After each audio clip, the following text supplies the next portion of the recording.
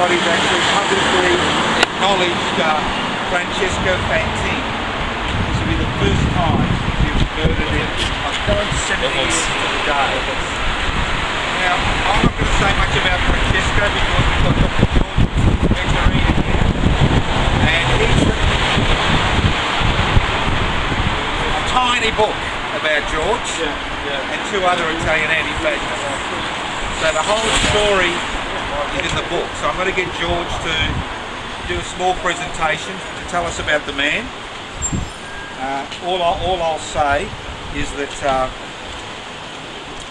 he was a martyr.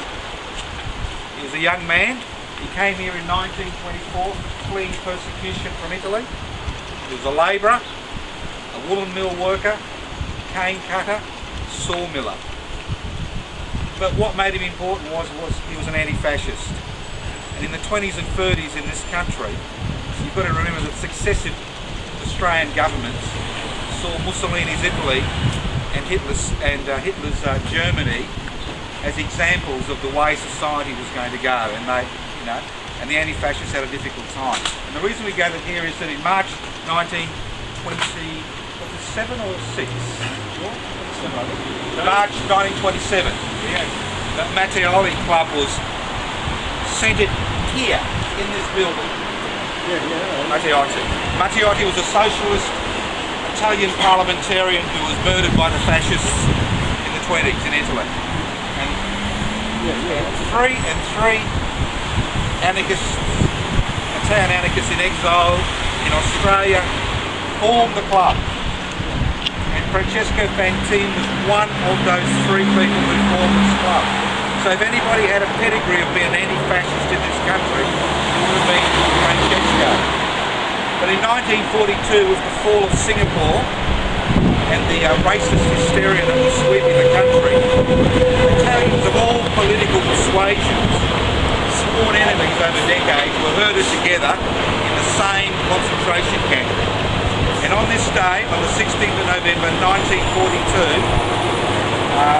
Francesco, while stooping for a drink at a tap, was attacked from behind by a man wielding, an Italian fascist wielding a piece of wood, beaten to the ground and then kicked to death. So we honour his memory. Because before he was killed, he had been in this country for 18 years and he'd worked tirelessly against fascism. You've got to understand that Mussolini was very active in Australia and the Italian immigrated community. And the fascists actually sent out Italian doctors to minister to the immigrated communities. And there was a real battle during that period. So, look, I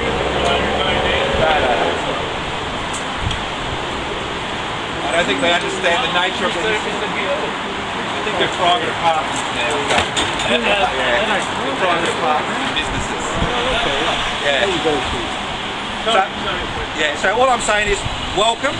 I'm glad you've made the effort to remember this man. He made the supreme sacrifice, and it's very important that we make the effort to actually mark the day in our history. This is part of our history. Those of us who describe ourselves as anarchists, and those of us who are radical activists in this group, this is one of our own who paid the ultimate price for resisting fascism. Now I'd like to introduce Dr. Joseph. George has written what I describe as the definitive account of three Italian anti-fascist fighters who resided in Australia in the 1920s and the 1950s. And a significant part of the book, I'd say over half, was devoted to Francesco Fantin. George has done extraordinary research, looked at the court records, looked at the camp records, spoke to survivors, spoke to, I think it was a sister-in-law, wasn't it? Yeah. His sister-in-law, and has painted a picture of the man. So I'd like to introduce George, and I'd like him to tell us about Francesco the man and his place in Australian history and world history. Thank you very much. I really have very little to add to what Joe has said,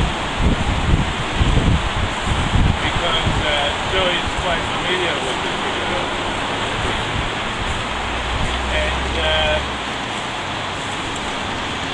The reason why I came here is when I started to go in is the hall where they used to meet.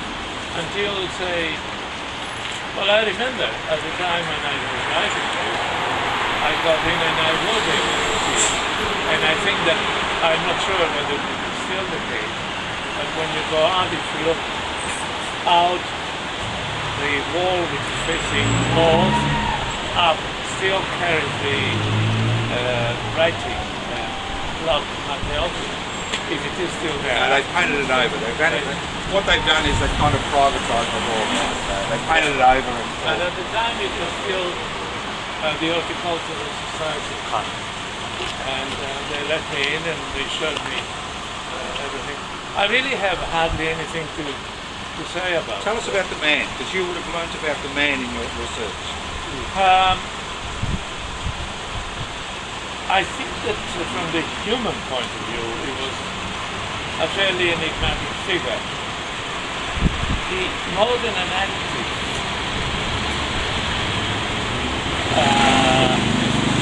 anarchist or anti-fascist, he was a strong resistor. And at the time in this country, he felt resisting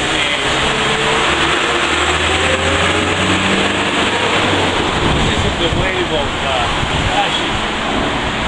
But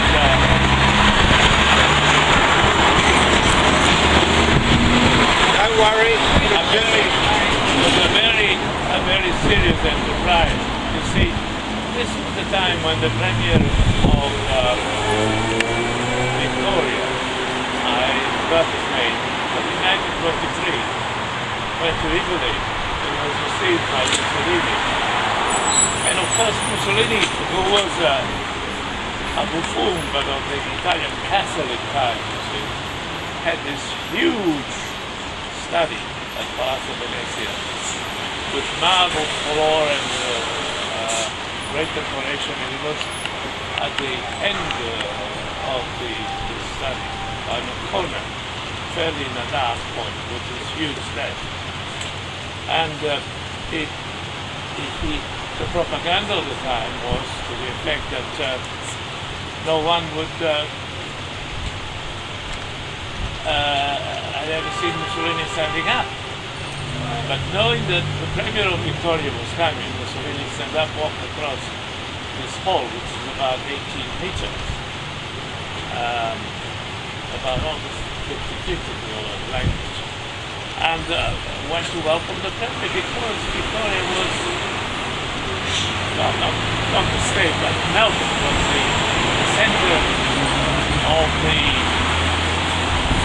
fascist secret police within the Italian General Council, which was here until 1997, where they moved to Sydney with the intent to go to Canada with the embassy. And there is a continuity